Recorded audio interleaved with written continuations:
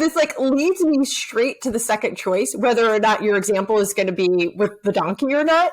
Yeah. But literally this leads me to the second critical choice is committing to a two-way agreement.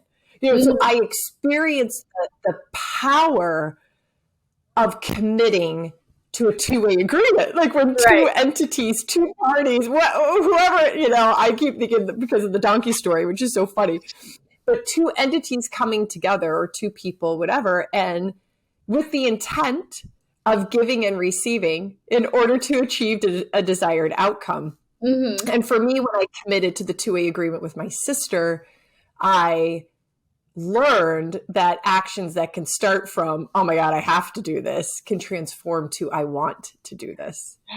Yeah. Will you share more of your thoughts as it relates to two-way agreements and what you get and what you give and what you get?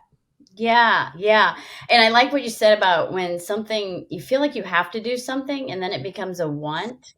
People might call me crazy. Like, why would you put yourself out there 15 miles with a donkey? There's no reason to do that. Actually, for some reason there was, and it just showed me that I can trust my body again. I can get out there and do the things that I love to do still. I was just kept pulling back a little more and being more timid and careful about everything I was doing, my riding, my work, everything became a little bit more scary.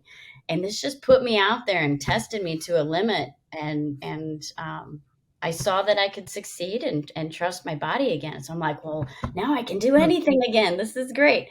But it did take a community. I had some very encouraging friends. They were amazing. I could not have done it without any of them. And it was just a wonderful weekend in that way. But yeah, the two-way agreement with the horses, with this donkey, as examples, especially with the horses. I mean, we're dealing with predator prey. We are predators. They are prey. They trust us to crawl on their back, put a bit in their mouth, make them pull things, make them carry things. They trust us. They could run away at any minute. They're 1,000 pounds. They could, that little bit in their mouth, it doesn't really matter. But for some reason, they get to a level of trust and they let us do these things. So they're probably my biggest teachers in this two-way thing that we have, and experiencing that with my students every day. They trust me to keep them safe, getting them on these big animals, especially if they come compromised and their mobility isn't great. They trust the volunteers. I trust my volunteers. I trust my horse. Everybody has to play their part in these 2, 3, 4-way agreements to make these sessions happen. And it's a hard thing. And I was definitely faltering with that after my treatment of trusting others, trusting my body, trusting myself, trusting my horses. All of that was had just fractures everywhere in it. And regaining that, and maybe it take a donkey race to do that. I don't know, but trying to get to the other side where we trust again and work together, building those communities, building that trust.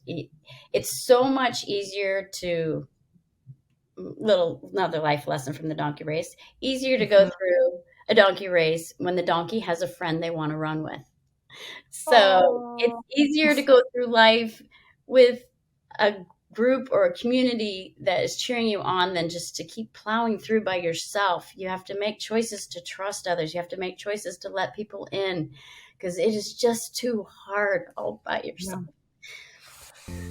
Thank you for joining me for our Choose and Become interview series. You could find this episode and others at trishkendall.com. Just go to trishkendall.com/choose-become-interview-series. Or if you have a question or just want to leave a comment, email me, trish@trishkendall.com.